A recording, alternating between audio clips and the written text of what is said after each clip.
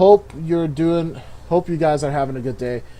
Today I'm going to talk about climbing the ladder in League of Legends a little bit because of the fact that I've been doing the show for a while now, and I've put about 100 matches into a limited account, which I think is an average account for most players to start with.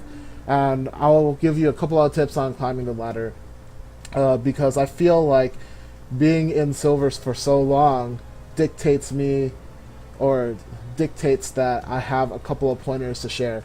So here are my couple of pointers. It feels like the most amount of difference you can make in a match is jungle and support.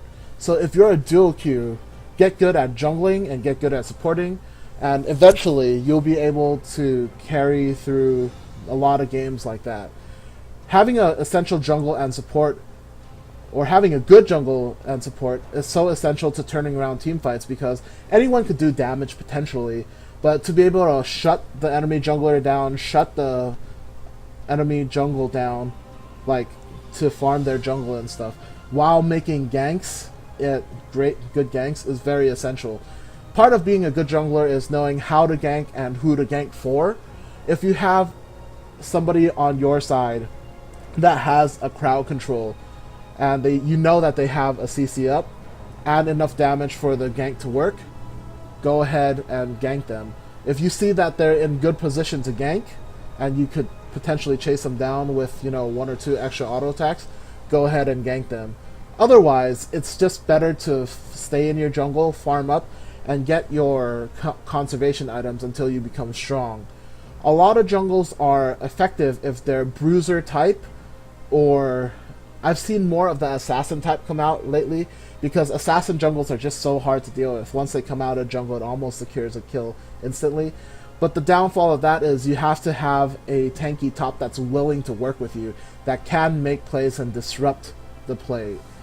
Jungle inertly is just a better playmaking role because due to the fact that they have to go in, they have to be tanky, and they have to be able to navigate through the team fight very well. So that in and of itself makes that role a very important role. Now, why is support important? Support is important due to the fact that when you support, you actually have a little bit more power to grant the team vision. If you're buying support-oriented items like Targon's Brace, you can eventually help farm for your ADC as well.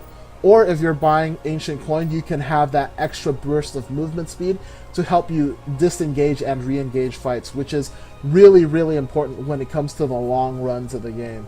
Now, why is support also important? Well, if you're playing a support that has these type of support mechanisms, like disengage, re-engage, it's best if you're a tanky support unless you're an initiator support like Thresh, which also becomes pretty tanky near the mid game due to the fact that he does have, the Sight Stone and Targon's Brace if he likes to, because supports are generally a tank initiator.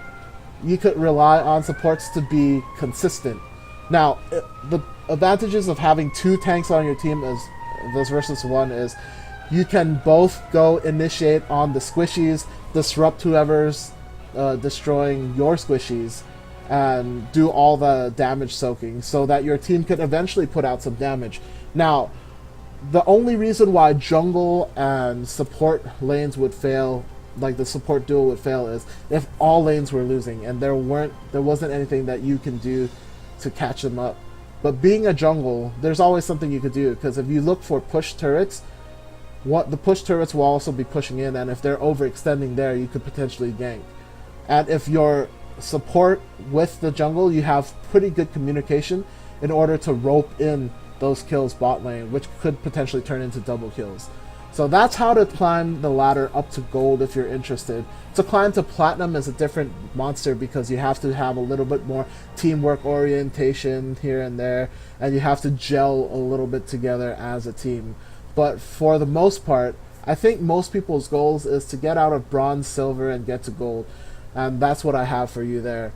And finally, if you're putting work into solo queuing, I suggest that solo queue would be more of a solo lane for you, like solo top or solo mid. If you're unless you're really good at the jungle, then you could do jungle because those are the lanes that actually make the most impact. In conclusion, to climb the ladder, be able to fill, and if you can't fill, duo with somebody and get good at jungle and support.